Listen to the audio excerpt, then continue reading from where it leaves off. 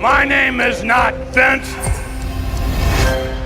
My name is Mr. McMahon.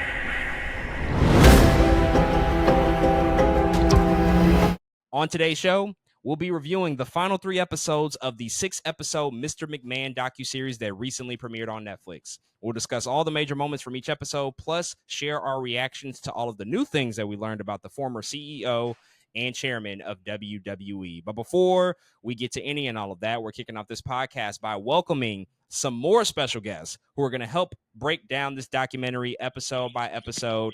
Today, we are joined by some very, very close friends of the podcast. We got 4 special guests here. I'm going to introduce them all one by one. First and foremost, my guy, Rell. Welcome back to the pod. How you feeling today, man? I feel amazing, man. I had a pretty good day. I'm excited to talk about Vince McMahon craziness and his documentary. So I'm excited to jump in. Absolutely, absolutely. Can't wait to hear those hot takes from you. It's gonna be good. It's gonna be good. Tony, what's up, man? How you doing? Welcome back to the pod. What's going on, y'all? Super happy to be back. Ready to talk about everything that I just binge watched. So. Oh yeah, oh my God, you just had a day then. It's gonna be fun to get those thoughts for sure. Kevin, you're back on Two Black Nerds. Welcome to the pod, man. How you feeling? Man, happy to be here, ready to talk some ruthless aggression, ready to talk some scandal, and most importantly, here to celebrate 2BN, man. I appreciate you guys for inviting me on. Absolutely, my guy. And last but certainly not least, making his debut on Two Black Nerds, Muenfua is here to help us break down this documentary. How you doing, my guy? Welcome to Two Black Nerds. Welcome to the pod. Oh, man, I'm honored. I'm doing well, man. I'm excited to be here. No better topic than to talk about the insane man that is Vince McMahon. So I'm excited to be here. Chop it up with y'all. Insane is the perfect word for it. But if you are listening or watching this pod, this is gonna be fun because everybody here loves pro wrestling. We've all been fans for, I'm sure, pretty much all of our lives. Day ones. That's typically how you come into this world. But I do want to start off there, and kind of start this off with a little bit more of a fun question before we get into the docuseries itself.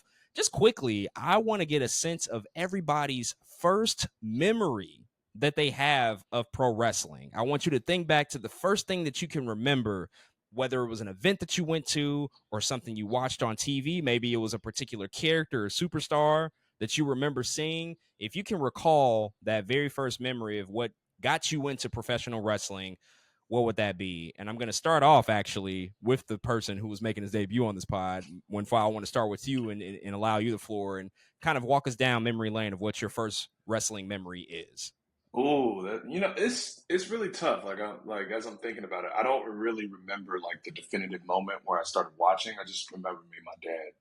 We used to watch all the time, but I do remember, like back in the '90s, getting a Hollywood Hogan action figure and the Sting action figure during that rivalry, and like that was everything to me. I was like, oh my God, like this is crazy. So I used to like collect like the action figures and like create my own like federation as a kid, but that's really what stuck out to me. Like it was just getting my hands on those two and beginning my love of pro wrestling for sure. Like that was crazy. That was it right there. I mean, the action figures did numbers though. That like back in the day, it was. Oh my gosh! And the big gold belt too. That was yes, it. Yeah. yes. Those were special times. For sure. Kevin, let's go to you, man. What I think we might have talked about this probably previously at some point in the past, but remind me, what was your first memory of professional wrestling? Man, between having my older brother and then my great grandmother, who was a huge wrestling fan. My great grandmother is from like rural Mississippi, so for anybody that knows that that stretch of Memphis going into St. Louis, huge wrestling territories. So me and my older brother grew up watching wrestling with her. My first like memory of it, we had this VHS tape. It was like a random, I don't know if it was a Saturday Night Live or episode of Raw, where the Undertaker tombstones his opponent. But the way the tape was edited, the moment he tombstoned him, it went into the next match. So, like, yeah. Now keep in mind, this is during those days where when he tombstoned his opponent and pinned him, he would put him in a body bag afterward. So like my next time seeing an Undertaker match, and I actually saw what happened at the end, I was like, oh, so I had to be like 2 or 3. So yeah, man, he was killing niggas. I can 1000% see how you don't forget something like that. Like, how did we just get to the next segment from a tombstone? That's pretty crazy. Wow. Yeah, man. And then think about it like this. This is young. Like I'm 2 or 3. So the next match, I see him and Paul Bearer coming out, and he has an urn. So I'm thinking, okay, that's his last opponent in the draw. You know what I'm saying? So. Oh yeah. Man. That's real supernatural shit right there. It's pretty crazy. The power of VHS, man. Those VHS tapes, man. I swear, capable of things that we can't achieve anymore. Tony, man, how about you? Do you recall or recollect what your first wrestling memory is? Yeah, it was probably similar to a lot of people, like bonding over it, watching it with my pops, and I was super young. It had to have been less than like 5 years old, probably. So watching it with him, especially when Stone Cold and The Rock were feuding, and let me think what else. Of course, the video games. I had one of my mom's friends I would stay with when she was out of town had SmackDown versus Raw, like the PS2, and another family I would stay with. Their son collected like all the action figures, and so I didn't have them, but being like exposed to it, like on those kind of different avenues. Some of my first like early memories back when I was younger. The video games are so important. For a minute. Mm-hmm. For real, and like just being able to orchestrate your own matches, I think that was like super creative. Being a kiddo and just always being a gamer too.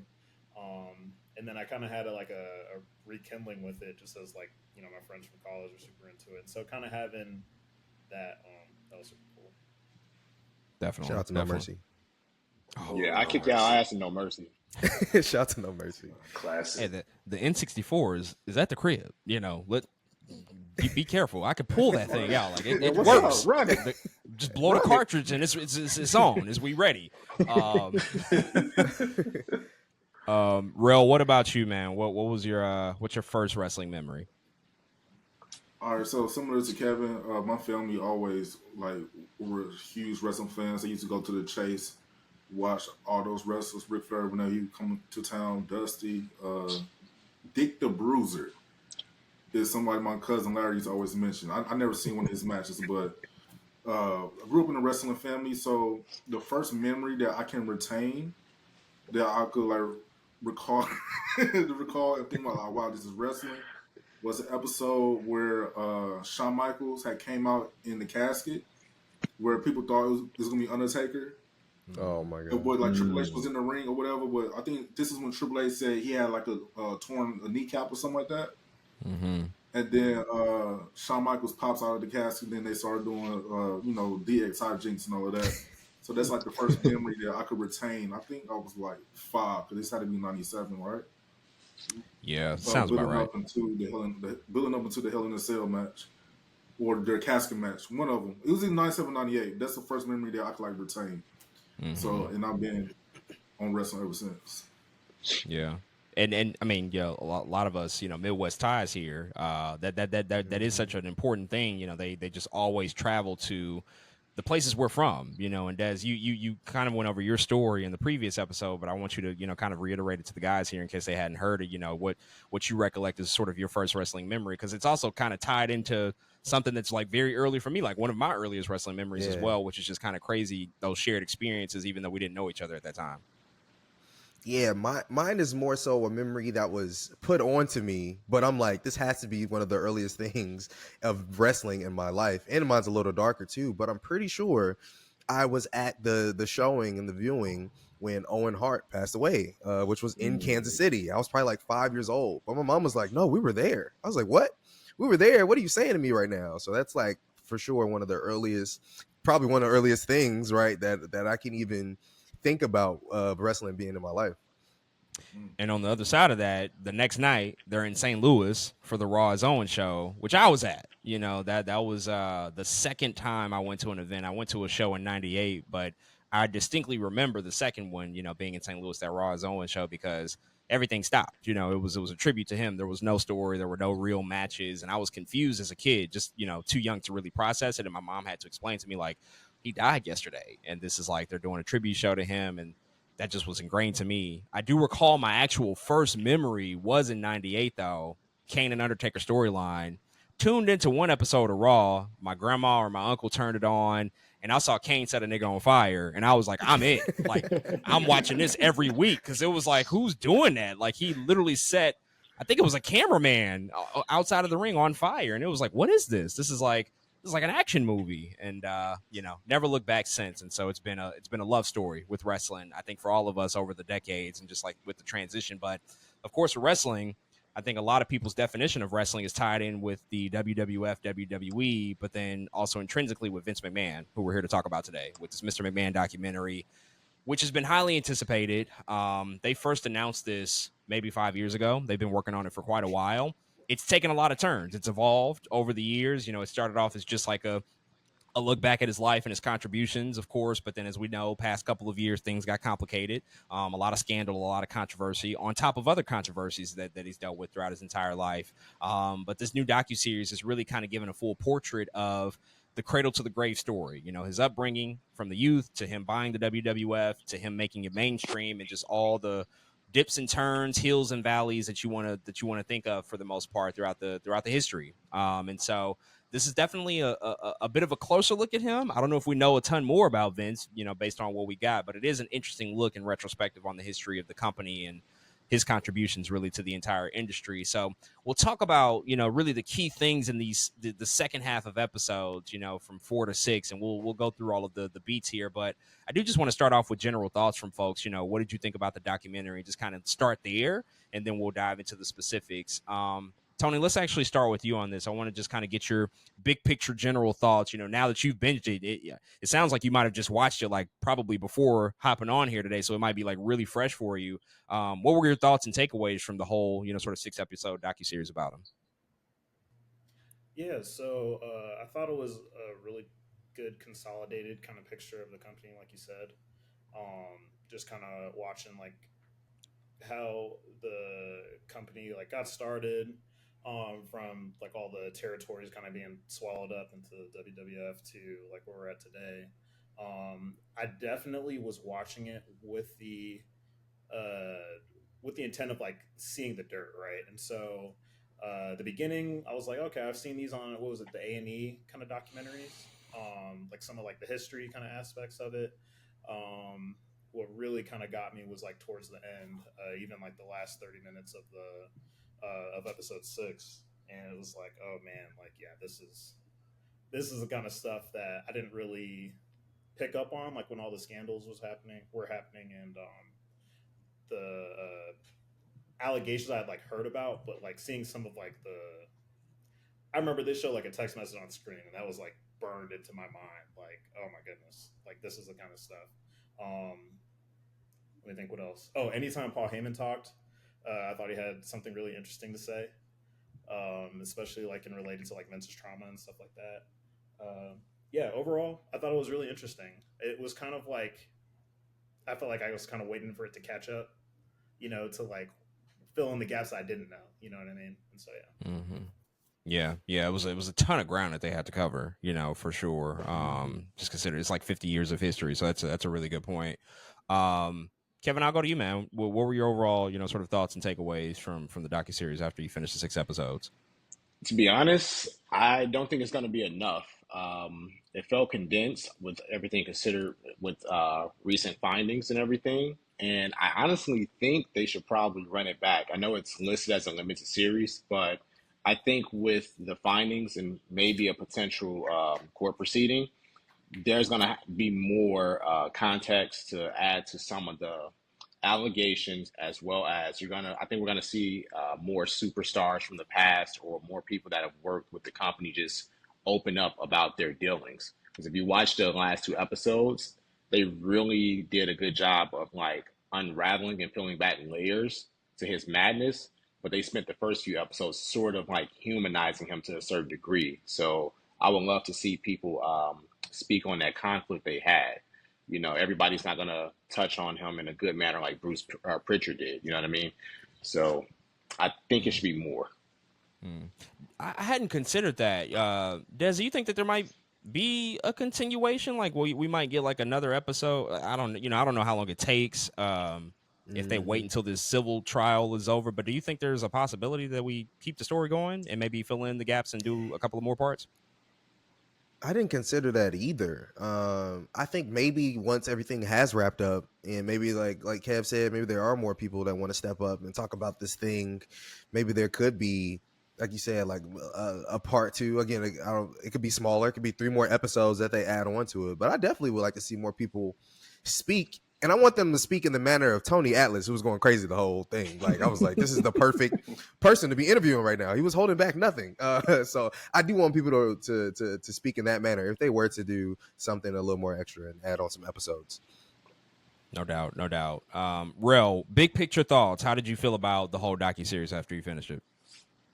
Man, Vince needs his brain to be studied whenever he passes. Like, Oh, the computers, the 3 computers you mean that he has in his head? That's what needs to be studied. exactly. Like he needs to be studied. Just like to see, because like we seen previous documentaries or videos talking about how he got to start with Hogan and going over time, but to see how like he really started with Hogan and kind of like molded him to be like the real first superstar, and to see how he pretty much repeated that in almost every decade with a new superstar, going from Hogan to like trying to do with Bret, even though Bret and Michaels really like wasn't as big as like Hogan was as far as like pop culture and all of that, to Stone Cold, to Cena, to Roman, and it's like this business wise dude is out of this world.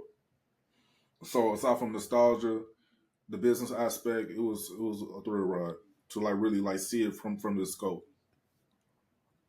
Absolutely. Muenfua, how did you feel about overall documentary, how they executed it? What was your takeaways from it? For sure. I enjoyed it. But I kind of left wanting a little bit more. Like there was, I think like if you like follow wrestling for a long time, like you kind of have seen the bits and pieces of this story told multiple times. So a lot of that was sort of just all familiar. They just kind of put it all together in one series, which was cool. But I think there were some really interesting themes in terms of Vince McMahon and his trauma, his personality, the way that he thinks. That, man, I would have loved to see them go a little bit deeper into that and really explore those contradictions and just the bizarre behavior. You could tell like certain people were going off of what Dad said. Like you could tell there's a few people that were kind of like choiceful with their words versus like a really open, honest conversation about Vince and his behavior. But overall, like as a wrestling fan, I enjoyed it, but I definitely was left wanting more for sure. Yeah, I think that's been a consistent theme that people who are hardcore fans that watch, that follow. I mean, there have been just countless stories and documentaries and podcasts. I mean, there's just all sorts of stuff out there. You hear these stories told time and time again, and I know the producers made this for a more casual audience, people who probably haven't watched in a long time, who might just be scrolling on Netflix. They see a tile like, oh, I know Mr. McMahon. I remember that from 1999 or something like that. Let me just check it out and see. Oh, the director of Tiger King, he's doing another docuseries. Let's check that out. So I think that they definitely wanted to try to pull in more people, the general audience who doesn't know the story as well. But, at the same time, there is room, I think, to go deeper. But I know one thing that, I was reading up on in research that they just had a problem and some challenges with is just like the lack of openness from Vince himself. And I mean, I think we saw that even in the docuseries. Like there were several times where he was unwilling to be forthcoming. He starts off the entire thing saying like, I wish I could tell you the real stories. Holy shit. And they ask him like, oh yeah, tell us one. And he's like, no, I'm not going to do that. So he himself is just making the decision to withhold certain things or present contradictory thoughts that, he knows in his head, like that's not going to make sense, but I'm doing that on purpose. So I can only imagine the producers and the filmmakers behind this. They probably, I mean, it had to have been the most frustrating process just because he's so unpredictable. And it's hard to really like land the plane on just like what he's feeling and what he's thinking. But let's talk about this in detail. So we're picking up with episode 4, which is the Attitude Era, which I know all of us probably look back on fondly. There's a lot of great stuff from the Attitude Era. It was the most popular era, really in the history of the company, but it's on the heels of the Montreal Screwjob and the creation of the Mr. McMahon character specifically. And we know that that's like really, really important. And I found it interesting that the episode starts off with him talking about one of his heroes, Dr. Jerry Graham, and how he basically modeled the Mr. McMahon character off of Jerry Graham. And when you see the side by side footage, the hair's the same, the strut's the same, a lot of the mannerisms are the same. It's like, oh yeah, this is a character coming directly from something that, or someone that he idolized. And he said he always wanted to be a performer, and he felt that it was natural for him to just like dive into this Mr. McMahon character. Kevin, let's start with you on this. I mean, one thing that we speculated about in the previous episode was kind of the butterfly effect of everything, how without the Montreal Screwjob, there is no Mr. McMahon character. And there's a world in which the Montreal Screwjob might not have happened. Like if him and Brett worked something out, or if they just went about it a different way, we might not have ever gotten Mr. McMahon.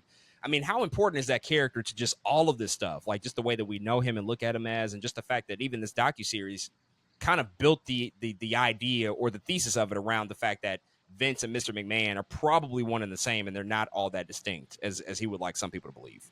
Hey man, the Montreal Screwjob made him one of the greatest haters of all time. That nigga was crazy for that. But if you look at it in hindsight, that was a canon event, because the trickle down effect, the way he layered on top of how much of an asshole he really is, like it kind of spoke volumes. Because from that point, he cuts a promo the next night with JR in a shoot interview, which pretty much buried Brett.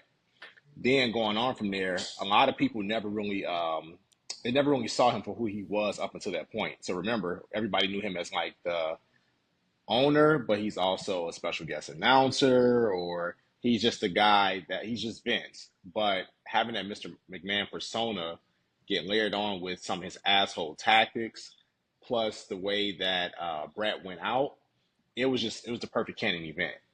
So I think we really I think in hindsight, we're going to celebrate that moment as like controversial as it is. We're going to celebrate that moment as like one of the greatest moments in the history of entertainment, not just professional wrestling. Des, you talked about in the previous episode how basically an event that is terrible ended up giving us something that's like really valuable, like on the other side of it. And that's kind of the crazy thing that happens with a lot of these incidents, where it's like that shitty thing went down, and that's Vince as a person, right? Like he's not great as a human per se, but look at what he gave us. That's a reoccurring theme. And he continued to talk about how he grew up like really poor and he didn't like rich people. And he basically kind of constructed the character to be this overbearing, very imposing, rich, snobbish person who could just exert his power and be on a egomaniacal trip. And he also loved to fight, and he was good at it when he was young. What did you think about, sort of him recollecting that childhood, sort of those moments, and allowing that to feed into the character and the creation of this character? Because again, I don't know if people realize, like, these characters in wrestling, like, they are characters, but so much of it is tied to who they really are. Those are typically the best characters we see, like when they can take who they are and just like turn it up and really like make it communicate to a massive audience and become even bigger and larger than life. So how did you feel about that story and how that really sort of influenced and informed who he became on screen? Yeah, Stone Cold even talks about why his character eventually does become that successful, because he just kind of turned up himself.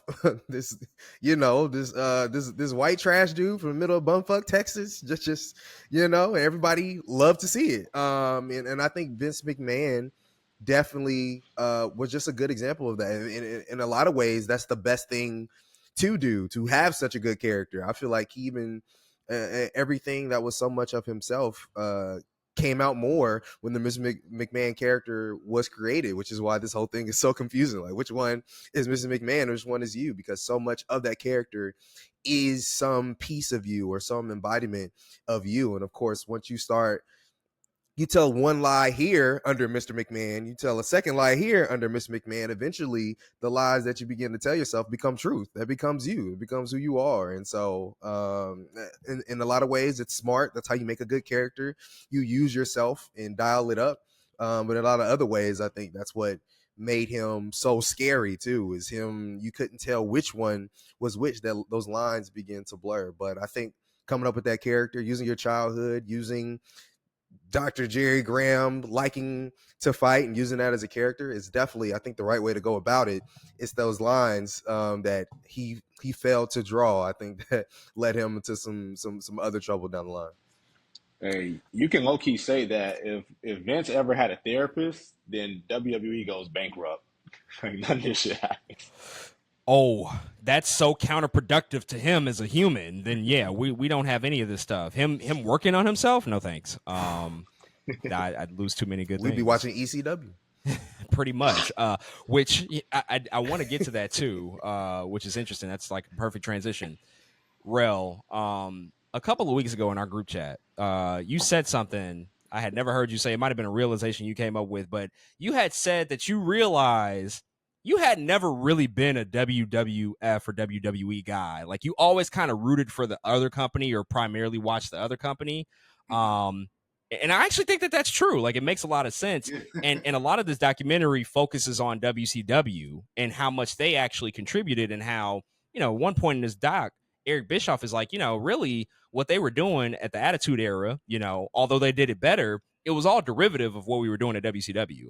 DX was, sort of a version of the NWO, obviously Click stuff that's all related. The Vince character is really kind of an Eric Bischoff, sort of knockoff, but Vince did it better as like the boss figure, being a bad guy and a heel, the reality-based stories, all that stuff. And I know you were watching WCW heavy at the time, and even Muenfua, I want you to chime in on this too, because you mentioned the action figures. Like WCW was huge. Like there's no doubt about it. Like 96, 97, they were just doing a lot of stuff. How did you feel about just like Eric Bischoff's place in here and the story of the Monday Night Wars? And I think recontextualizing what it means, because if you just watch WWE based stuff, they will tell you like, oh yeah, we made Attitude and we came up with that, but there's no mention of ECW and the stuff that they did and how they paved the way for Austin and molded that character, or even what WCW was doing. How did you feel about all that stuff?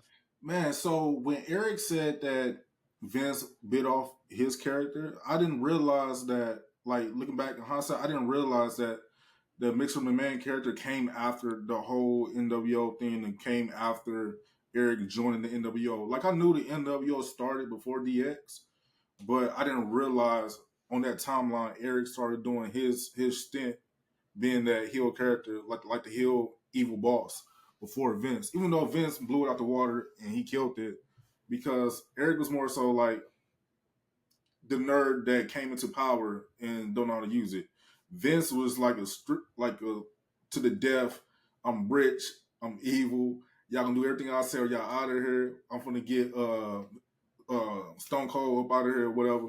So it kind of like blew my mind to like really like realign that on the full timeline and full scope, because like during that time period I was all WCW, because my favorite type of wrestling is luchador wrestling. They had Juventud, Rey Mysterio, Psychosis.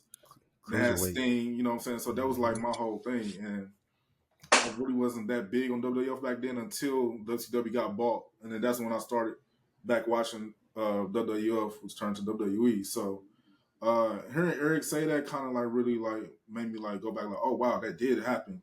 Even though Vince did it better and DX did NWO better.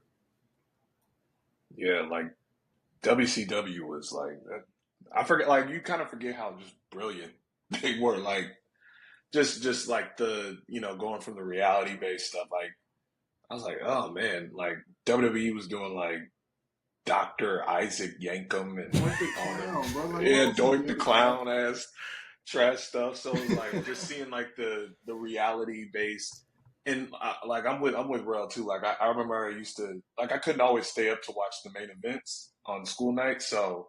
Obviously, like I used to love watching like the undercard and watching like the luchadors do their thing, the cruiserweights. So like, it's not a surprise looking back at it now that Vince would be like, okay, that was a good idea, and that was a good idea. Taken from ECW too, like ECW was pretty cool too. Yeah, so he really did. But yeah, like WCW was like the shit for the longest time. But what a way to pivot though. Like that's what makes Vince insane, but at the same time, like brilliant to know, like, okay, like y'all, like we can't keep doing these dentists and crazy characters. We gotta switch. And it's kind of weird because randomly, like they kind of inverse. Like WCW was doing some weird shit at one point, and then they switched back, and then it was like a weird sort of thing there. WCW had Glacier and shit. Yeah. Necessary evil is the theme of Vince McMahon's life. Good point. It's a good thing. Kevin, so the Who Killed WCW doc that dropped earlier this year got me to rewatching Nitro, and I've been watching like 4 months straight, like basically Razor showing up, creation of NWO, Hogan in the title. They have been showing Glacier segments nonstop, and there's still no release date for when he's coming. I have watched 4 months worth of Nitro, and I promise they show 2 Glacier segments every single episode, and he still's not fucking showing up. I don't remember this being a thing, but my guy, what the hell? I don't know if there was ever a wrestler more hyped than Glacier was at that time. It's ridiculous. He used to come out there and just smoke. He's Sub-Zero, man. Everybody was like, "Where's Sub-Zero?" He finally didn't do a thing. Oh my god, bro! I don't remember a single move he did. I don't remember a feud. No, I mean, they made Mortal Kombat and just was like, we need Sub-Zero on TV. We need Sub-Zero. Let's just go for it. I'm gonna pivot a little bit here, Tony. They get into Mike Tyson and how that started to change the tide. That really turned the tables for WWF and for Raw. They still weren't winning the ratings yet, but they brought in Tyson. Obviously, super controversial figure. So much so that they play footage from Stephanie McMahon from 2013. It's not flattering at all, where she basically is like, oh, yeah, we brought him in, and the interviewer asks him, like, you guys were willing to bring him in even knowing, what you knew about his rape and all that stuff. And she was like, oh, well, that was before any of that stuff happened. But then somebody on the side has to correct her and was like, no, that all had happened, and you guys still brought him in. She was speechless, had no words for that. But I think that kind of speaks to wrestling culture in the industry, how it's just like easy to sometimes sweep things under the rug. Things don't get talked about often. The Phil Mushnick stuff that came in the episodes before this kind of highlighted, this guy who was the only one really investigating the controversies. Nobody else really wanted to touch it. How did you think about just that? And the Attitude Era, obviously, again, being this beacon, this era that people look back fondly on. It also had a lot of problematic stuff happening. It had a lot of stuff that was just like very, very distasteful. And I think we look back on it now and we're like, yeah, we probably wouldn't do that at all today, just because of how insensitive it can be to a lot of different groups of people. Yeah, man. It reminds me of the part where, trying to apply the values of today to, a while ago, and you'd find that, the same result probably wouldn't be there. And so, yeah, that clip of Stephanie I thought was really funny, because she just assumed right there, didn't even know the answer to the question that was asked. But yeah, I don't think I knew about the Mike Tyson thing. That was pretty new information for me. But it doesn't surprise me. Like you said, there's a lot of problematic stuff, and we've seen it. I also thought it was interesting how, was it Vince who asked, who's worse, like the people putting the content out there or the people who are consuming it? And I thought, I don't know if cop out is a word. Again, when you watch it with hindsight, it's like, some of this was probably a little, exploitative, but that's what they were doing, stuff to get, money and to get ratings. And so, I mean, the logic follows as far as the morality behind it. That's a whole different story. Yeah. So to that point, one of the things I think Eric Bischoff said it was that, yes, they probably did push the line, but they had to, just based on pure survival, they had to raise the stakes and take it to a whole new level that we hadn't seen it before. So much so that you often just question, should we be crossing that line? And they show a quick montage of stuff. You see Vince saying oh yeah, the product was still family friendly. It was a more adult oriented family, not kids. And then he said nobody was killed. And then they show a clip of a casket and somebody being buried alive. And he said that there was no rape, but then you see him standing in the ring calling out somebody for being a rapist. He said that there was no guns. Brian Pillman, guns and knives, got a gun, literally about to shoot Stone Cold. Yeah, he was ready to mow him down. It was all, again, just wait, your words are not matching up here. You're either purposely, again, misleading or you're misremembering. But Des, like, how do you feel about that? Like, again, I think Tony pointed it out, like, trying to apply today's values to like things that just weren't really being talked about at that time. How much is the audience to be held responsible for enjoying that stuff? I think it might have been Triple H who said at that point. It was an interesting thing to say at that particular time. But how much audience should be placed on the audience who enjoys it versus the creators who decide like this is what we're leading with. This is the type of product that we're going to put out to the massive audience. Man, what a crazy, hard, and loaded question. I think sometimes it depends on the product you're talking about, but in this case, WWE, there's a couple cases or a couple things you can say where it's kind of the accountability is on both ends sometimes, right? Like if you see something on TV and they out here wilding and you stop watching, they will change. You know what I'm saying? Like that's literally what happened. Like ratings went down. They're like, okay, we got to do something, guys. But the opposite happened, right? People started watching it, so it enables the person then feeding you to say, oh, we need to do some more of this ridiculous crazy shit that we've been doing. And so of course it's definitely on the person giving it to us too, right? Like they could easily be thinking, oh man, that is not tasteful. We should not be doing that. We have to find a better way to do this thing, to put this thing out, to come up with another idea that doesn't have to be as distasteful. And so it depends on what you're talking about. But I think in this case, everybody can technically be held accountable for the thing. And so, it's definitely anybody can point at anybody, but everybody really should be pointing at themselves. Hey, also keep in mind, this was the same company that at the time they reenacted the OJ high speed or highway chase, and then they had DX reenact the whole Bill Clinton press conference or public statement. So at the time, I guess they were on fire for that type of thing, and it made sense. Like SNL. And so that's one thing that I think the doc did really well all throughout it, and especially during this time. Culture was also moving this way. It wasn't exclusively wrestling, right? Like you had the Jerry Springer show, you had Beavis and Butthead in South Park, and all these things that were pushing the envelope. And so it just kind of fit in with the times, of what was happening. Things were just edgier. Music was edgier. All sorts of stuff was just like kind of breaking through to a different, I guess, just a different zone and mode entirely than hadn't really been explored.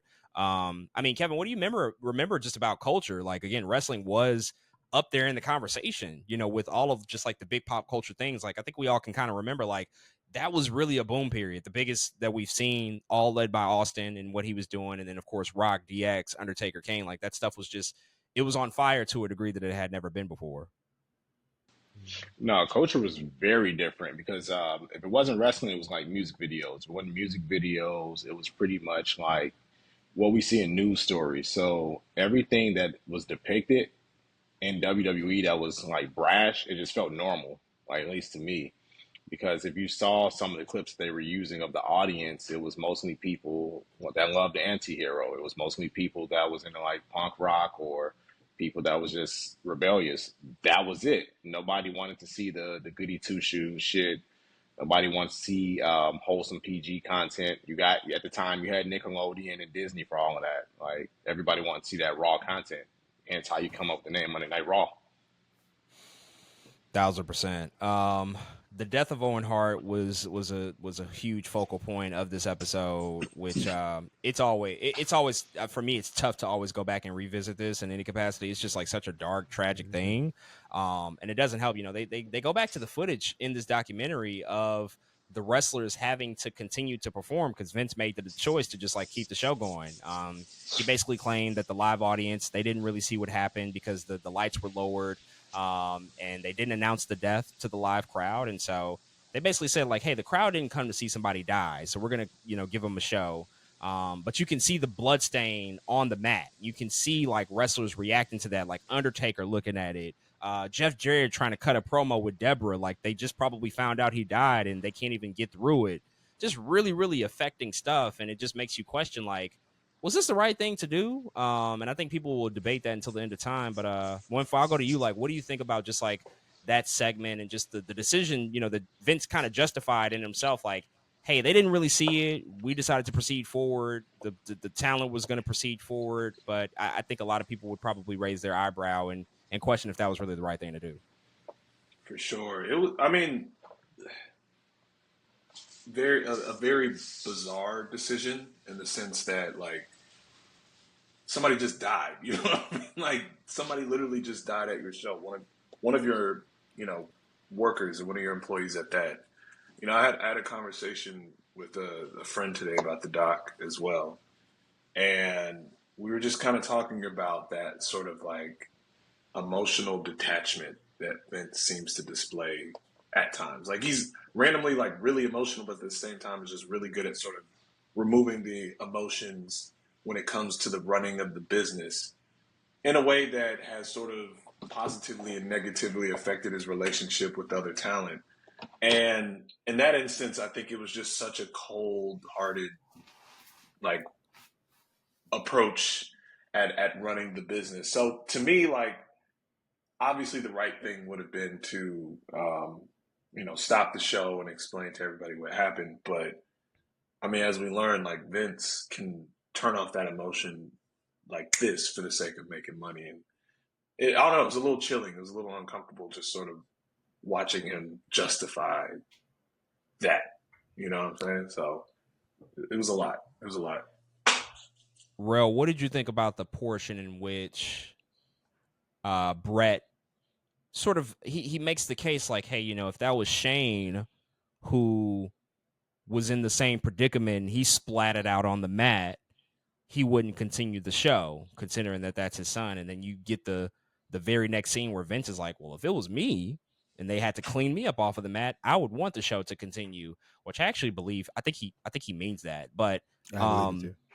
he definitely probably would. But like, let's use Shane because I do think that that's a better example. What do you think about just the decision to continue on with the show, but also just kind of the justification that him and maybe some others kind of support in the sense that the show must go on, I guess, even in the midst of something so tragic.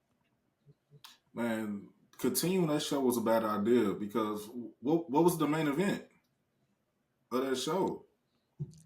Like I think it was Austin Undertaker, maybe. I think maybe. Yeah, I know the or Rock was Rock in it Triple H, too. something like that. Yeah, it might have been Rock. Yeah, because that was a mid card match. I actually it was Taker and somebody because the clip they showed of Taker, it wasn't even that long. I saw a clip a few weeks ago on Twitter of Taker in the ring taking off like his cape and all of that. And he's just like dead ass staring at that spot, and you can see like he's like he was out of it. Yeah. Like I don't see Yeah, that was a terrible idea because whenever someone references that pay-per-view, they reference on like they should have Vince should have like nipped that in the bud as soon as possible, but he's not wired right, which is why I say he got to get that brain study, see what's going on up there because that's just inhumane. That's like lack empathy. And if it was Shane, he still would have kept the show going. If it was Stephanie, he would have kept it going. If it was Linda, he probably would have like kept the show would have been going, whatever, because he's just a terrible decision all around. Yeah, yes, it's definitely still like one of the darkest things that's ever happened on the company's time for sure. And I found it really interesting that Brett brings up the point that for a long time he thought that maybe they orchestrated Owen's death to get back at him. I don't think I've ever heard Brett say that. And that in and of itself is a really dark thought to think that, that's why he held a grudge for so long. Des, what did you think about just like that comment? Because that really stood out to me when I heard it. Yeah, no, me too. I was like, dang, I would have never thought that. But again, now that we're watching everything in context with the history and the screw job, and it's like, dang, I understand why you would go there, right? Emotionally, this dude, you at the time you probably hated Vince, and you're just like, man, what if they really did this to get back at me? Again, super dark. But what sucks is that Vince McMahon has even created something to even get your mind to get that far, right? Like there should be no way in hell, no matter how we know how Vince is and how he acts, there should be no way in hell that if that happened, you should be thinking, they did this to get back at me. Like it just doesn't. It's crazy that he even allowed it to get that far.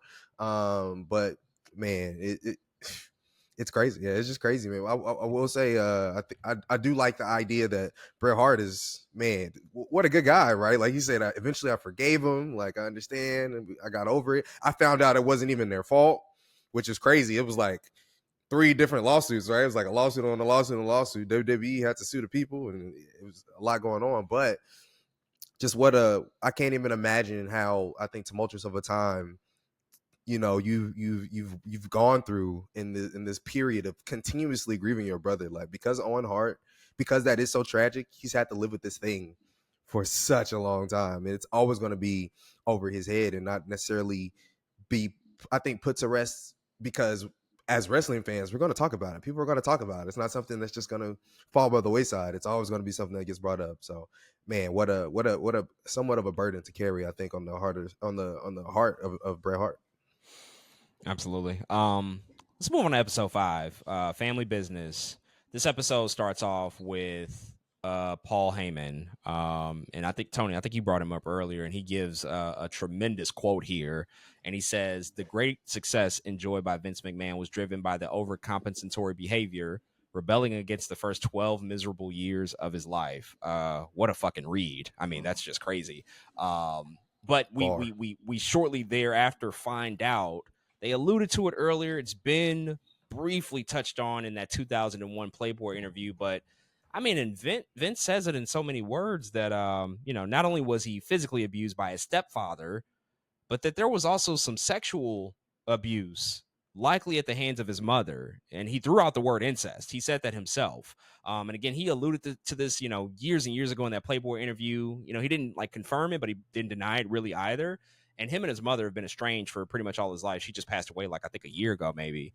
But that, I mean, does that not inform a lot of what's going on here? Like, when you hear something like that, it's like, oh my goodness, this kind of snaps into focus why some of the things you have done that we hear about, this all maybe kind of adds up and makes sense, especially considering he is of the mindset to not go backwards and revisit that stuff. He doesn't want to deal with it. He's all about moving forward. How did you feel about just that opening and how they really lead into, again, this family themed episode, and how, everything he dealt with as a child, we're seeing it all spill over to how he treats his own family?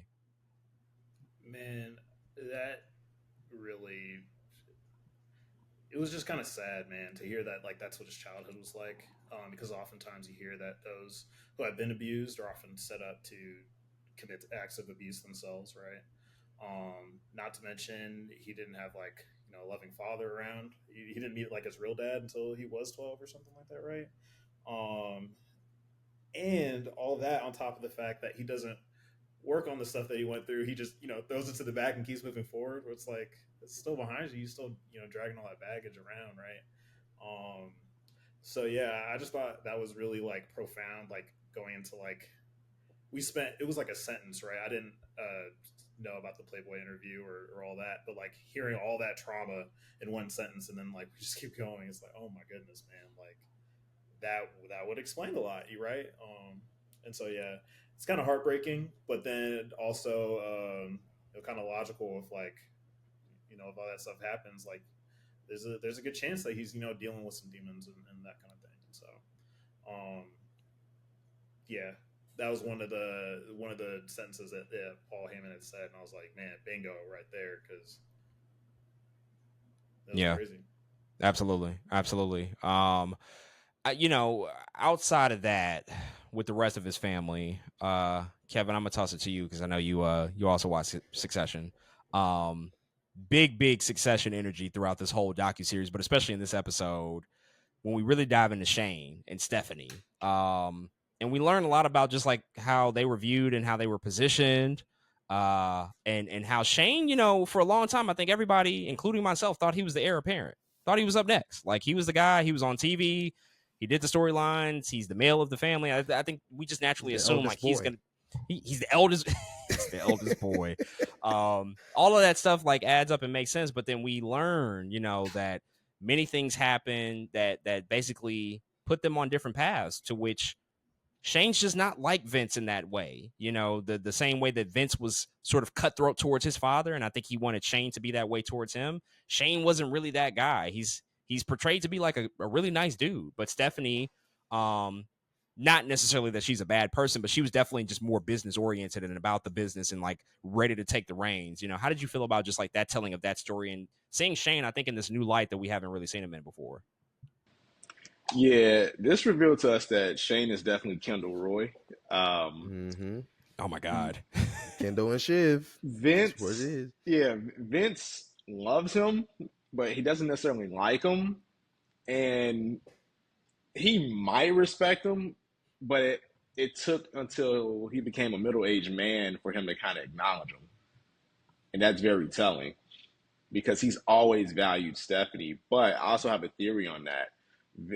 With what happened in terms of abuse with Vince, he's always had this peculiar dynamic with women in general, whether he's either taking advantage of them, being chauvinistic, bossing them around, or whether he's trying to engage in some type of like malicious or even sexual behavior with them. With Stephanie, he's always like seen himself. They've always mirrored because remember, he will pour a lot of his ideas into Steph and she'd be for it. Like it's something about that gave him a thrill. It's something about that really like pushed her as the favorite child.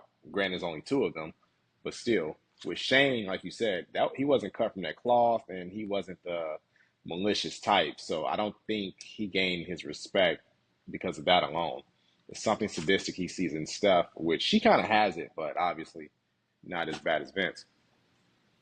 How about the story of Vince pitching that Stephanie and Triple H have their wedding on pay-per-view and sell it to the public? I don't know about y'all, but I might have bought that. I might have tuned in. I was about to say it's a sick idea, but damn, it would have been entertaining. Would have been something. Right. But it's crazy that turned it he into something else for that he sure. tried. Yeah, somebody jumping Yeah. out the cake. It's like we're turning a very personal moment into an opportunity for business here. Actually, the idea wasn't crazy. What was crazy was his reaction to them saying, to Stephanie saying, no, selfish. Called her selfish. And then put her in a street fight against himself a week before the wedding. Let me show you to say no to me. And it's just a crazy thing. Ass, bro. I mean, pull no punches. It's just like a really crazy thing, but that kind of brings in Linda into this thing as well, who we haven't seen her in a wrestling context in quite a while. She eventually got into the political stuff, but Desmond, they have been married and together for a really long time. And he revealed that they got married when Vince was 17, which would have made her 14, I think, or maybe even 13. Different time for sure. I think we can certainly say like, okay, that's just something else. But they've been through a lot, obviously, and he's admitted to having affairs and stuff like that. And I mean, as of recently, it doesn't appear that they're together. Like the whole family is just, it's really hard to read a lot of what's going on. But what did you make of just like her inclusion here, and also how he leveraged their relationship also for storyline stuff? He tried it with Stephanie. She said no a couple of times. Linda was a little bit more game for it. The whole Trish Stratus stuff and all the crazy stuff they were doing leading up to WrestleMania 17. How did you feel about just like her being sort of thrown into this world that she didn't necessarily feel comfortable being a part of? Yeah, it's so interesting because the documentary makes a very simple point. I was like, and all they said was Linda really was around all the time. I was like, she kind of was around all the time. Just thinking about it, it does take you like somebody to say that for you to be like, yeah, she was kind of around a decent amount. Because she was quiet. Like they said, she wasn't the best actor, but she was kind of always there and always a part of something and always kind of in and out of these different storylines. I will say to some degree, she was a ride or die, right? Like the whole Trish storyline is nuts. Like I can't imagine. Crazy. I don't care how fake that thing. I can't imagine almost any woman I know that would go through that with their husband, acting or not. Like I don't like they just simply wouldn't care. And pitch an idea. Oh, kiss you on the forehead. Like what? It's crazy. Why would you say that? So to some degree, she was a ride or die. But I think there is something there too where there was like a disconnect of her holding Vince accountable Probably because afraid of anything that Vince would say to her. So the thing is about Vince, everyone was talking about it, was about retaliation, right?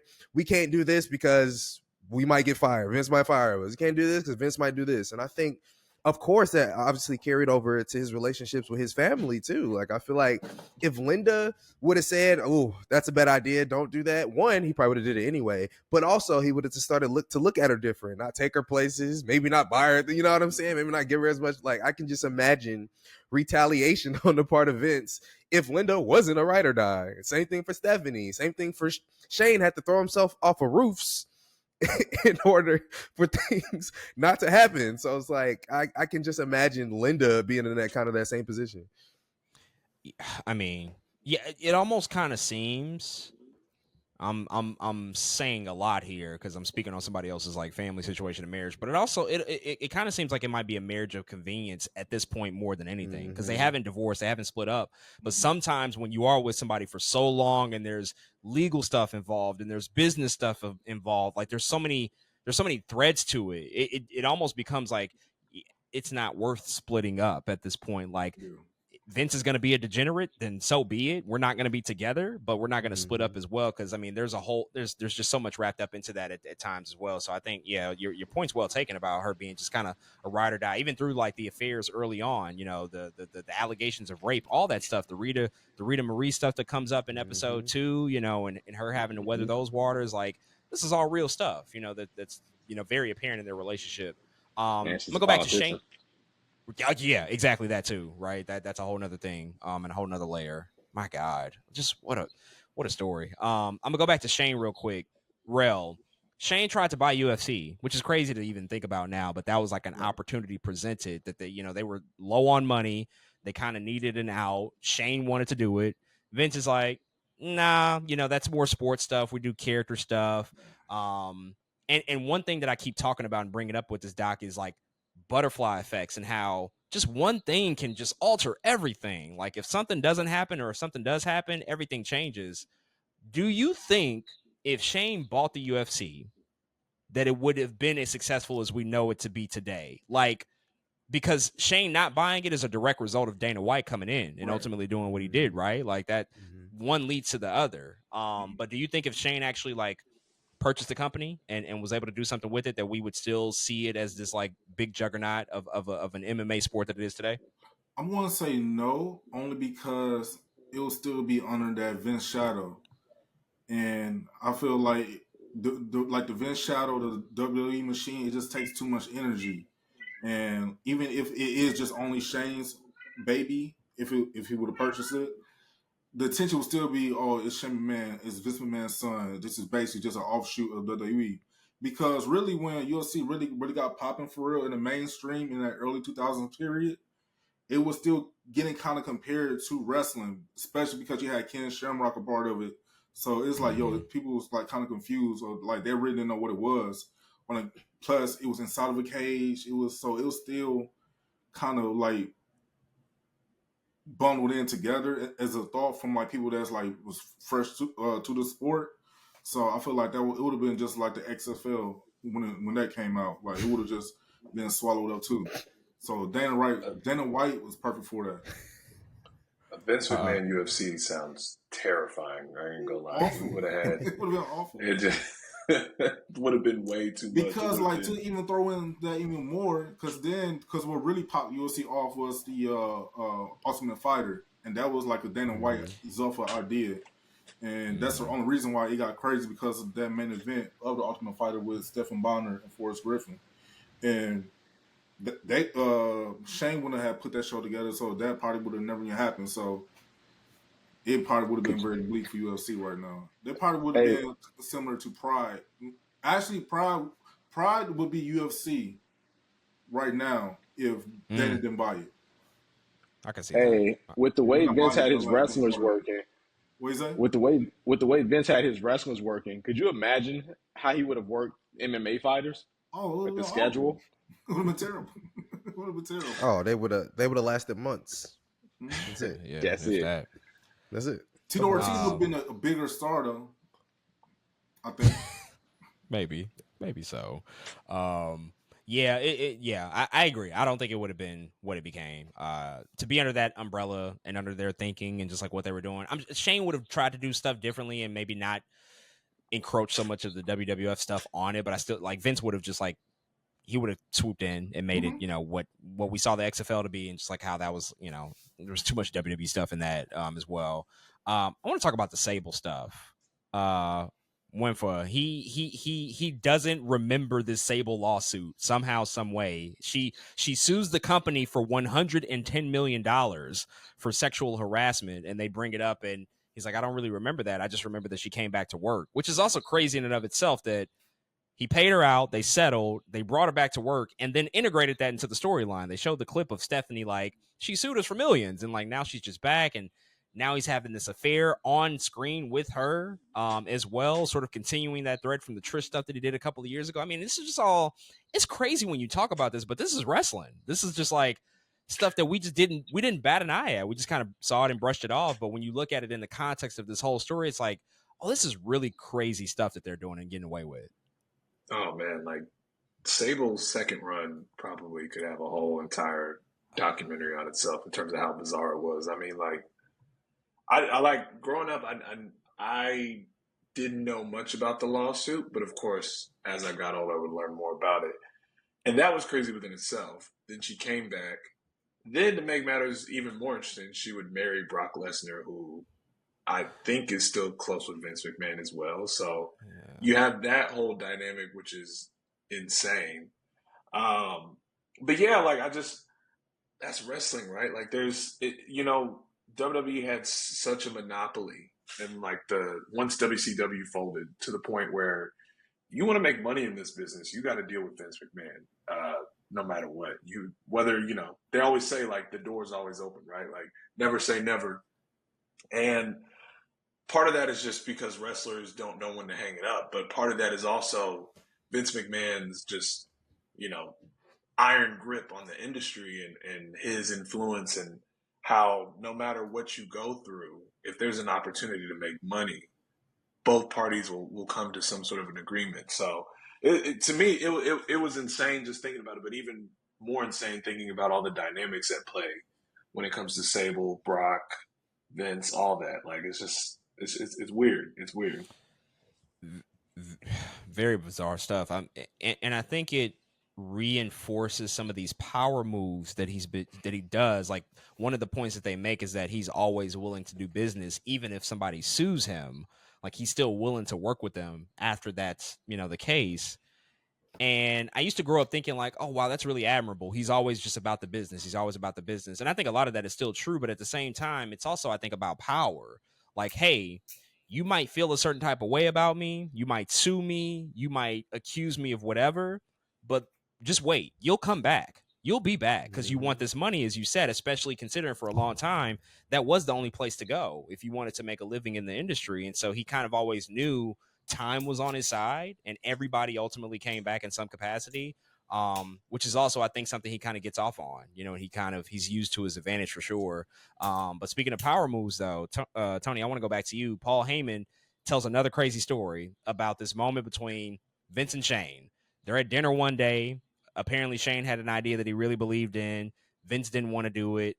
And Heyman basically recalled Vince telling Shane in that moment, while I'm alive, if you want this, you're going to have to take it from me. And he hands Shane a knife and tells him that if he wants this company so bad, go ahead, stab me right here, stick the dagger in me, do it, do what it takes in order to run this company. It's a crazy story to hear, but this is kind of how Vince moved with his own father. He was cutthroat. He did things completely opposite of the way his father would have done them, basically kind of destroying a bunch of relationships in the process. But again, it just kind of, I think, goes to show that Shane is just not that person. And he forced his son in a position that was like it's really crazy that a father-son dynamic is that way. And it caused Shane to have to leave the company. He didn't come back for like 7 years because of that. What'd you think about just that story? And again, just like how that affected their relationship, and how I think, Vince is trying to impart certain values on Shane, and he was not with that whole mode and mindset to begin with. I thought that was ridiculous. Like, can you imagine being at a public setting and your father tells you something like that, right? and you're like his only son. Like, I just can't even imagine. Like, what are the things Vince is saying, like, behind closed doors? You know what I'm saying? Or what has Shane been hearing, like, his whole life, man? And so I was like, dang, I kind of, like, felt for him a little bit. I'm like, dang, that's your dad? It's kind of crazy. But, yeah, I could see, like, wanting to take a step back after that. You know, it makes total sense to not want to be around that. I don't know, man. That's kind of toxic. Handing him the knife. It's like, here, this is your only way up. Like, you know what I mean? That is ridiculous. That's like House of the Dragon kind of territory right there. But he'd be in jail. He wouldn't even be able to do anything. He'd be in jail. It's crazy. That too. I didn't even think about that part. But yeah, it's like, here's this like impossible decision for you to make, and it's the only way for you to even get close to what you're talking about. Yeah. Yeah, that was a hell of a story, and a story that I don't think it, you know, has really ever been publicly told, but to hear that it went down that way, pretty crazy. Quickly, this episode does cover like some other business ventures, you know, that Vince tried to do. We talked about the XFL, WWF New York was a thing, right? I always forget about that, but that was a whole thing. They didn't cover like why that place really closed. There's like a whole story about like the manager embezzling funds and stealing money. Like that's really why it shut down. There was the World Bodybuilding Federation that Vince launched in the early 90s. All these other ventures that just never really worked out. And I think we credit Vince for being this genius, especially when it comes to wrestling. But anytime he's tried to step away and do other things and like create more entertainment avenues, hasn't gone the greatest. Des, what do you think about that? Like just that it's never really worked out outside of wrestling. Although, I mean, when it comes to like this thing that we do enjoy and watch, it's like he's almost struck gold every time. But when he steps outside of that sandbox, maybe not so much. You know, I think the one of the things about a good businessman is one, being able to try new things and venture out and figure out, you know, what works and what doesn't work. And I think he was good at least trying things and then coming back to the table and be like, dang, I'm not good at that thing. Let me continue to hone in what I do know. And of course, he is a businessman. He is a good businessman, but his roots aren't wrestling. When he does find his dad, you know, the Mr. McMahon Sr., he's a wrestling kid. He starts announcing. That's the thing that he knows in the business that he has been around his entire life. If his dad had been as involved in football as he was in wrestling, maybe the XFL would have been better.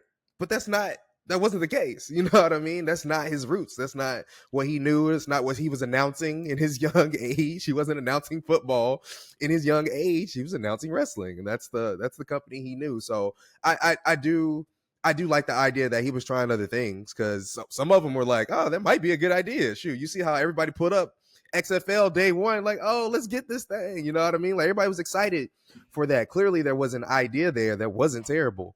But you're not going to be good at everything you do, and I do have to commend, you know, Vince McMahon for being able to be like, "Yep, that didn't work. We got to cut that out and go do something else." I think that thing about him is admirable. Shit, he might be running that restaurant back though, man. That might be a vibe today though. Yeah, it would. Yeah. Look, could you imagine? I mean, that would be a big spot. I mean, especially like considering that people join together, like there's a sense of community and like watching these things together, like the big pay-per-views now, like they could actually pull that off now. I think for a long time it wouldn't work, but it might actually be like really viable if they decided to release that. So. Jarrell text me like, yo, if they open back up, hey, let's get a section. Yeah. Hey, Section. get some hookah. Hookah is crazy. No. Yeah, bro. Crazy. You be the only nigga smoking hookah, bro. That's crazy. Get in. Hookah watching Bad Blood? No, thank you. I'm good. Bird behavior. I mean, Jay wait, Cargill now. Jay Cargill. That's what I'm trying to say. Like, hey, it's wrestling black as hell now. He might be hitting on to something. You have some hookah here and there. You know they're gonna have a DJ. I mean, shit. What's up? Why stop there? Roll the wings out. Where's all of that? So, like, let's just get it cracking. It could be something. Jarrell, your favorite guy popped up, Dwayne The Rock Johnson. He never fails to find an opportunity to put himself over. For some reason they had Rock and Hogan in here.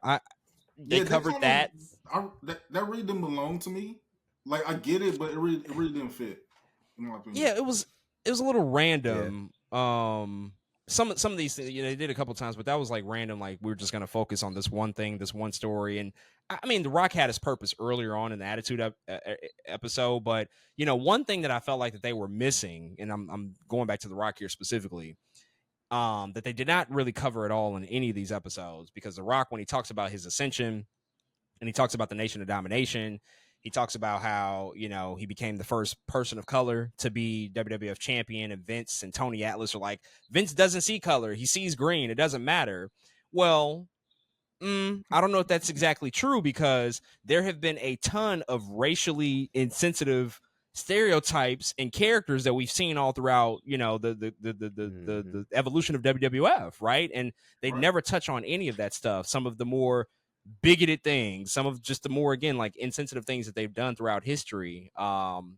Did you feel that was like a big aspect that was missing, and also like how they sort of just like glossed over the fact that a lot of like racially insensitive stuff happened throughout the company's history, not even for just like black wrestlers, but Latino wrestlers or Asian wrestlers. Like everybody was stereotyped and just like given a very just insensitive thing in sort of character that they had to perpetuate on TV. Yeah, so you just said it now. It just seemed that they really skipped over that, when so much, like so many of their characters lean so heavy on the stereotype of their race. Like, what was Kamala? Like, they allowed that on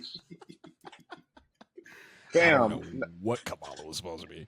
They showed X-Pac in blackface and didn't say shit. It was like 0.5 seconds. It was there. If you turn, you would miss it. Like, it was crazy. Coco Beware, like a lot of that stuff, man. It doesn't surprise me that they glossed over that, because I feel like, well, for one, during the majority of this documentary was real Vince's narrative. Even if they probably try to give him like some tougher questions, they pretty much spoon fed him to him so he could like dodge them easily. So of course he wasn't. They weren't going to like set him up to answer those harder questions, or like really face like, all right, you might be a racist, So I could see them really like skipping past that, which is bizarre to me.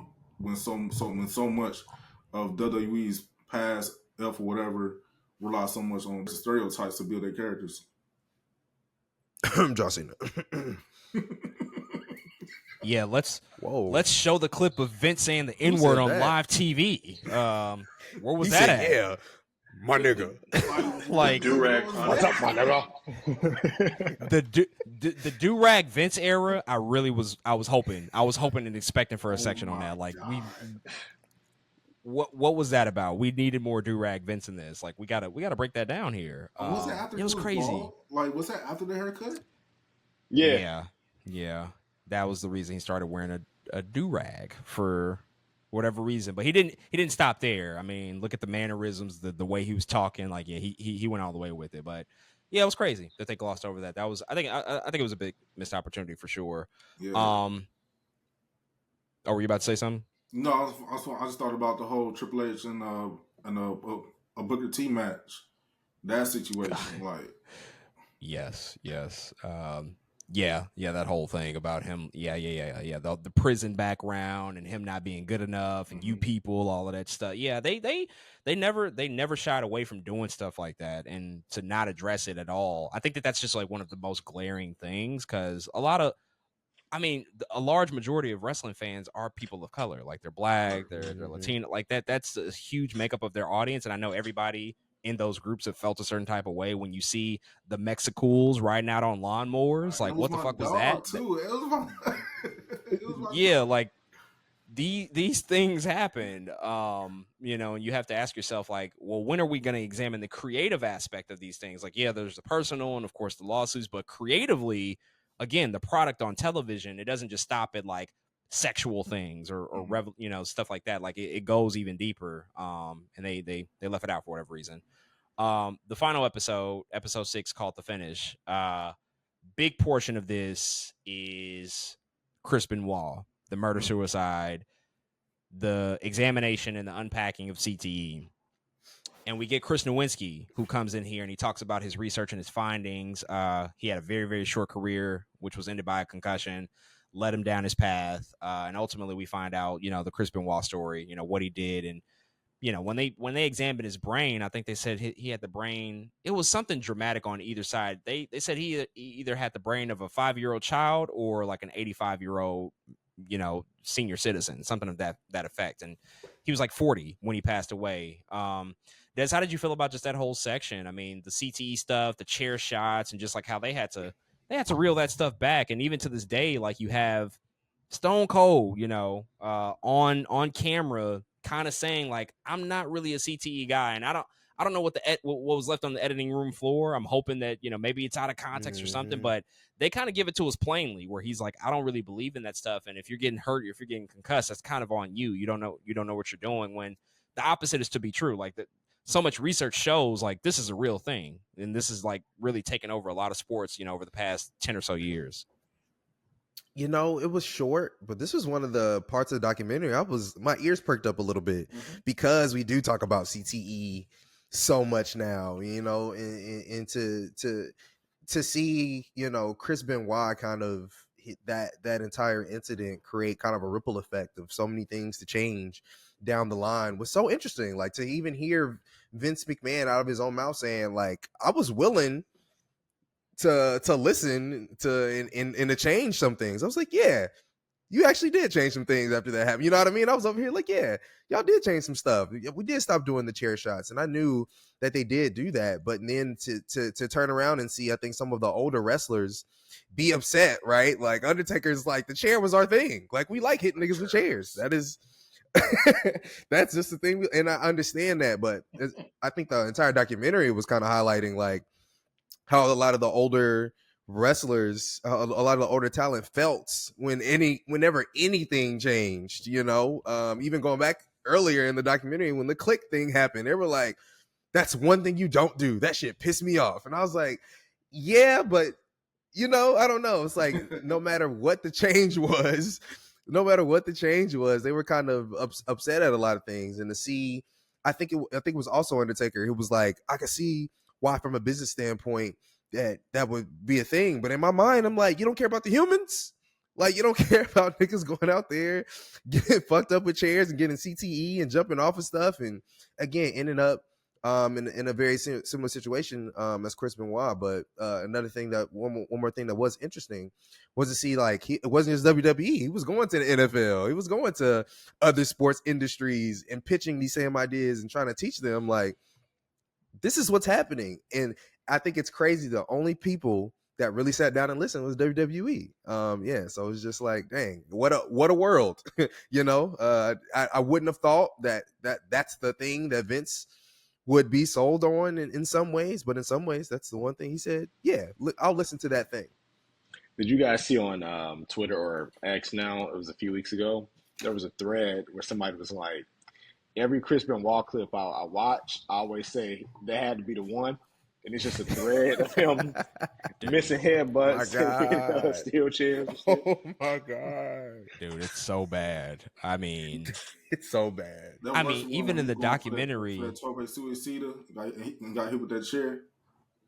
Dude, like in the documentary, they showed a couple of times where he literally got dumped on his head. Like he could have broke his neck and died instantly right then and there. It's like, yeah, the diving headbutt was a work, like sure, and he, there's ways to protect yourself, I guess, from that move, but that wasn't it, like there's so many factors, and like this guy took a lot of head trauma, over the years. It was just like really, really, it was really crazy to see that whole thing unfold. But again, I think another aspect of it is like, yeah, wrestlers dying young. It wasn't, just CTE related stuff, but they quickly kind of, go through a lot of people. There's a quick clip of Eddie Guerrero, British Bulldog. I'm just like, wait a second. These are all stories in and of themselves, and we're just kind of quickly moving through them. Muenfua, did you feel like that was also like a part that was maybe a little rushed through? Like, yes, CTE deserves a spotlight because that's a big condition, but there's a lot of other factors too as to why these wrestlers have died so young. There's the grind of the road, the reliance on painkillers, all sorts of stuff that has to be factored into why somebody would lose their life at such a young age. They for sure rushed through that. It was I think it was so fascinating because Vince tried to sort of deflect that, but I'm like the ultimate question is, well, what drove them to drugs or ultimately like a lot of them dying so young. A lot it's this schedule, it's this sort of culture that was manifested throughout the years in terms of just like locker room first. It's all about the boys. Go out there and put your body on the line at all costs. And the old ways of doing wrestling sort of led people down a dark road. And yeah, I just thought it was so interesting how they kind of glossed. Oh, like we they got too addicted to painkillers. Like it was a temporary solution. And it's like, yeah, but like, why? You're kind of creating an environment that sort of enables that. So to me, like, yeah, I thought that was fascinating. I think it is hopefully somewhere down the road worth a deeper exploration. I know like Vice and Dark Side of the Ring has done a pretty good job of that, but like there were some like big time stars that we lost pretty early due to this sort of the old way of the culture and stuff that I think they kind of just skirted around and kind of focused more on CTE because there's sort of a medical explanation that you can match up with Chris Benoit's behavior, but you can't really, you can't really necessarily justify those other things, and it was definitely a deflection for sure. So for me personally as a fan, I wanted to know like, well, what do you really think about these guys? Because to many of the wrestlers, Vince is a father figure, and these guys died prematurely. What do you think? What happened there? Like, and they've made changes over the years, but that was pretty tragic for those guys. Yeah. So, and that's one of the like that's the challenge of the doc that they skirt past that so quickly. But then like one of the brilliant things that they do introduce is that '03 interview that he had with Armin Kantayan, who brings up that very point. Like these guys die young, they die on your watch. You don't feel any remorse, you don't feel any sense of responsibility, and Vince completely just goes away from the question and becomes defensive and gets physical. He slaps the notepad. He's just not having any of it. And these are legitimate questions. Like, wait a second, hold on, slow down. Like, we have to examine like what the culture is and how this might have been created for these people to kind of get stuck in the cycle, to have to do these things or rely on these things so heavily. And so I did think that was like a brilliant way to introduce that concept and idea, but it should have been a deeper dive there to further explore like what that would have looked like. Just a general question for the floor. Like, were there any other things that you felt like were left out or skirted over or just not addressed in enough depth? I heard that they were initially filming this for 10 episodes, but they decided to cut back to 6, I think, to maybe just streamline the story. But this could have easily been a 10-episode series to cover more stuff. So just kind of curious to hear if anybody thought that there was like key things that should have been covered more in depth.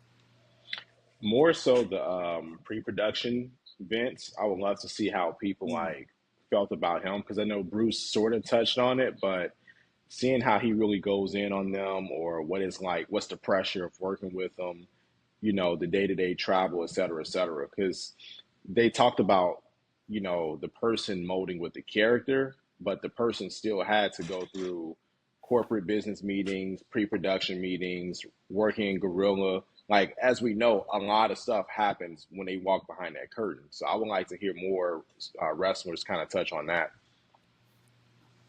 I think too, like the 2010s creative lull. Like it was some dark days in terms of what we were watching, and they kind of just glide. Like, well, we're making more money. We got these deals, and it's like, yeah, but like what? And they're like, oh, we'll let to AEW, but then we got Cody Rhodes. It's like, no. But like booking was bad. Ratings were sinking. Like it just like you weren't ever in danger of losing the business. Obviously, the model had changed, but like Vince McMahon was starting to lose it towards the end of his run, which is why there's been such a huge awakening and excitement now, because he's not in charge of the creative. He's not in charge of the booking. I felt like maybe they missed an opportunity to kind of explore kind of his slow like deterioration as a creative genius.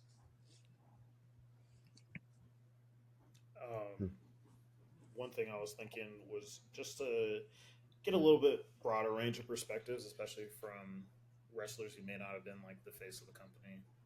Um, like going back to hearing people say that Vince was a father figure, it wouldn't surprise me if not everyone feels like that, you know? So it would have been cooler to see kind of that side of it as well. Tony Atlas. Oh yeah. That nigga he don't look up to Vince in no way, shape, or form. Why was he dressed in character for the interview?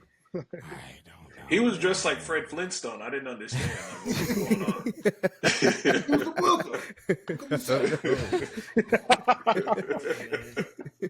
Like nobody could answer the legacy question. Like, what's Vince's legacy? And he was the only one who could give an answer. I was like, because he's the only one that's real. He's the only one that was real. He's telling the truth. I think that's a really great point. So I think there's a direct correlation with the people that they got from a talent perspective, in the sense that they all were the guys. They all were like the faces of the company at one particular point in time. And that's interesting to me, because most of the roster never ends up in that position. Like, it's reserved for the very select few. And so the fact that all of them correlate him as a father figure makes sense, because if you are the top guy, you are going to have a close relationship with Vince because you are his moneymaker. That's just like inherently, I think, an attribute that can be established to the relationship. But those guys who were on the mid card, the undercard, or, wherever, to not have that range of perspectives is interesting. And even I would even say on the creative side, I think they could have had more people. JR not being here is interesting to me. Like, I agree. He was Vince's right hand man for a very long time. I know, there's things to be considered there, but they didn't even have his lawyer. Like, Jerry McDivitt was very instrumental in a lot of these lawsuits, and he was on an episode of Dark Side of the Ring a few years ago. I don't know if he turned it down or what happened there, but there's like even several key figures on Vince's side who probably should have had some sort of representation, but they weren't really that present. It was a lot of safe interviews, and then also consider, for the most part, this didn't start out as like a Let's Bury Vince type of docuseries. So I think because he was somewhat of he was consulted for the first portions of it, that's probably why they kept certain outside parties in. He probably had a hand in who was selected, or who he would approve of. I do appreciate Paul Heyman also being very truthful about all of his statements. Like, Paul Heyman was never like pro Vince in almost anything he said. He was, and it's a pretty big dude in the company, right? Paul Heyman, he was being super honest, and like, this is who Vince really is. Also, randomly, it would have been cool to see like Chris Jericho, right? Like, you get him from a Smoking Skull session. It would have been cool to see him in this documentary. You know what I'm saying? Like, throw him in here real quick. Somebody who is in AEW now, like, you know what I mean? Like, it would have been cool to hear some Chris Jericho stuff. I agree. That Kev, that point kind of leads me to like one of the last big questions we'll talk about here. A lot of this does take place in 2021, 2022 in terms of the interviews, but they did get Bruce Pritchard back for 2024, like at the top of the year, 2 days before the bombshell news dropped about the Janelle Grant lawsuit and the stuff that we saw. So he hadn't even seen it at that point, but he comes back and he basically tells them, I saw the first few episodes. I think they suck. I don't think that they do a good job at providing balance. And he talks about the story of his wife and how, Vince gave her the best care in the world and was able to ultimately save her life. It's going on 24 years. She's been a cancer survivor. And he said that the documentary was more about, quote, see what an asshole Vince is, but basically he's coming to his defense and saying that he wasn't an asshole. And I just kind of want to get everybody's thoughts on this. Like, do you think that there's actually validity to that? Because I think on one side of things, when they position this piece of it after like all of the stuff that we read about, it makes Bruce kind of look crazy. Like, wait, you're defending this guy after everything we found out, but there are good things that Vince has done, and people will jump to his defense, and there are things that are commendable about him. Nobody is totally bad, and nobody's totally good. Everybody has shades of gray. So just kind of want to hear from everybody what you think about that. Like, maybe if Bruce Pritchard has a point, or is he probably looking at it just through from the the biased perspective of being so closely tied to Vince and being on his right hand side? Well, before we answer that, when I saw that 2 days later text come across the screen, I read that in like the SpongeBob voice. 2 days later. Just you wait, nigga. Just you wait. You gonna look at him differently for sure. We got something for that ass. Boy, that shit was loud as hell, wasn't it? My But goodness. yeah, man, I think you have to use nuance with these type of situations because it's just like we see whether it's entertainers or whether we see just the everyday news. People that commit heinous crimes, they're still human, Hmm. so there are still possibly good traits of them depending on the perspective that you have or the proximity that you have next to them. Like, yeah, they could do a lot of great things. We know a lot of monstrous celebrities we've seen go down for scandals over the last few years that have contributed to college scholarship funds or, feeding the homeless or doing whatever. And yeah, those are noble things, but that doesn't also make them less of a dirtbag to people that they've actually, harmed. So, for Bruce, that works out perfectly. Great for him. Happy to hear that his wife is a, cancer survivor of 24 years and all.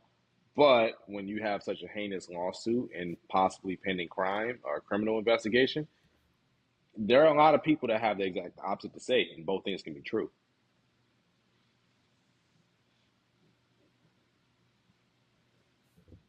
Who else? I want to hear from everybody on this one. Oh yeah, that's just Bruce being biased for his partner. That's all. Like clear, like clearly, I clearly, mean, Vince is yeah. a loose cannon and a lunatic.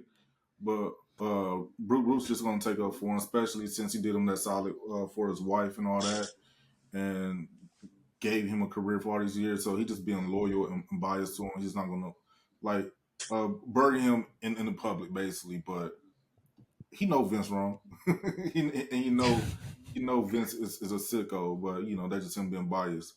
And I guess like everyone have those people that's within their lives or those friends they have where they will take up for them, even if they know they red-handed, wrong in the court of law, whatever. They still want to like have their back. So that's all that is. So that's just him being a Vince stooge for his mans.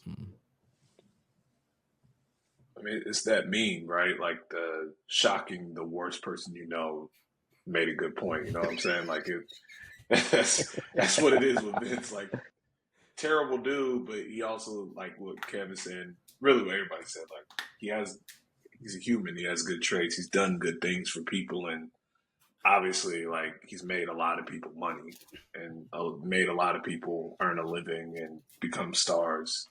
But you can't excuse some of this other stuff as well. Like that power dynamic is at what cost, right? Like at what cost? So I mean, but that was the point of all of this, right? Like Vince McMahon is a very complicated, complex being. Someone who could turn a regular person into a superstar and make them a lot of money can be the same person that's basically, you know, orchestrating sex trafficking. Like it's just that bizarre and complex of a person who's sort of built this world that we're all a fan of, and yet he's just awful, like has done some awful things. So Yeah, uh, yeah. yeah. Because like no matter what people say about Kevin, I still got his back. Hey, go to hell. Hey, I hope you shit the bed tonight. You not shit, bro. Why would you say that? Damn. The timing of that is it's pretty good. Pretty good, Rell. Pretty good. Tony, any thoughts on that particular aspect of this documentary and Vince as a person? You said any last thoughts on like the whole documentary? Well, just the idea of just like him being capable of really bad things, but also at the same time, still having done like charitable things, good things, and kind of Bruce being the avatar. I think the representative for that idea coming in at the end of the docuseries. Yeah, everybody got it. Yeah, he was just being loyal, and it's understandable. It makes sense. I feel like most people could probably not see through it. Like he's not being genuine. Bruce is being genuine, but it makes sense for him to say what he said and basically stick up for Vince. And I honestly is like one of the things that's good to hear, the good and the bad. That's what we want to know. What makes us human. So, Des, do you feel like you know Vince more than you did before coming into this? Do you feel like you have a better sense of who he is as a person after hearing all of this stuff about his life, his upbringing, his journey just throughout the industry, considering where he's came from and just like who he ultimately became to be? Maybe a little bit, maybe ever so slightly. I think I just have a clearer picture of what it is. I think I've always known who he was. I think I've always known a lot of the things that this documentary sought out to paint, right? I think there's nothing new in that regard. But now I think I just have a better snapshot and I'm able to recall a little bit better about the things that he's done and the person that, he may be. Can I answer the question like everybody else? Like, what's his legacy? I don't know if I can. Maybe I'm just like everybody else. Like, dang, I don't know if I can answer that question, but I think I do have better insight to get closer to answering it. You know what I mean? Of what that looks like and what his legacy is. Absolutely. Well, I think we can put a pin in it there, wrap up this conversation about the Mr. McMahon docuseries. This was an incredible conversation, an incredible talk with all of y'all on here to just, break down this really, really complicated person and just this crazy, crazy story as we continue to just like see how this evolves, because there will be more obviously coming out of this considering the modern day implications. Before we officially wrap up and before we sign off here, just want to give everybody an opportunity to plug anything that they got going on or plug their socials, let people know where they can follow you and find you if you want to tap in and communicate or continue the conversation from this episode and from what we talked about here today. Let's just go around. Muenfua, I'll start with you, man. Where can people find you if they want to hit you up or what you got going on in the near future? Sure. I mean, to be honest with you, I got shit going on. But follow me at Muenfua, Muenfua. That's the cool thing about having a unique name. Always down to talk wrestling, always down to talk shop. So I appreciate y'all having me on. I had a lot of fun. That's not true. You make fire playlists. Don't act like that's not a thing that you do. Come on. Them things be popping. Appreciate that. Of course. Rell, where can people find you? Oh man, you can find me on Twitter at Rell Evenflow. That's RELL Evenflow. You can find me on Instagram at Rell.Evenflow, because you can add the dots on Instagram. And if you want some coffee, you go to evenflowcoffee.com. If you want some custom clothes made, you go to evenflowworldwide.com also. And so yeah, you can find me on. You can also find me on TikTok as Rell.Evenflow also.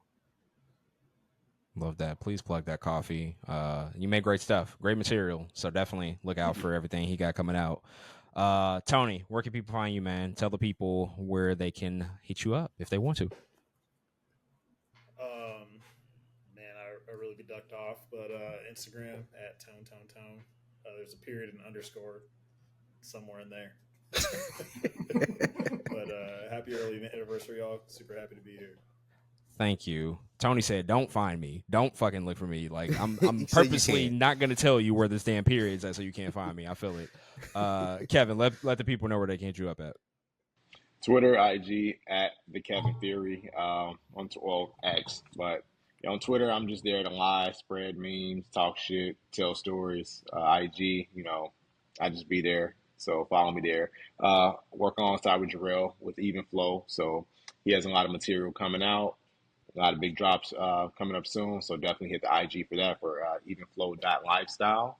And yeah, man, we out here. And last parting words, happy 5 year to be in. And last but not least, fuck Hulk Hogan.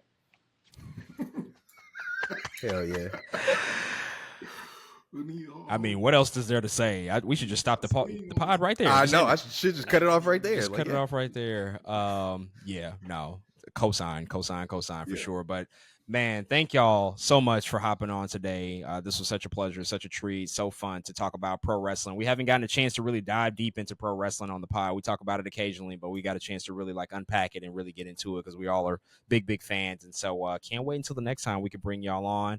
See everybody at WrestleMania. We're making plans. Plans are being made. October 25th. So plans are being made. So get this money. Yeah, right. Stack your chips. But we will be in conversation about that. But folks, that's gonna do it for our conversation and our review of the Mr. McMahon docuseries. Definitely go check out part 1 if you have not right now. That's available in the archives, episodes 1 through 3 with those wrestling girls. That was a wonderful conversation. And of course, let us know what you think about this conversation and hit us up.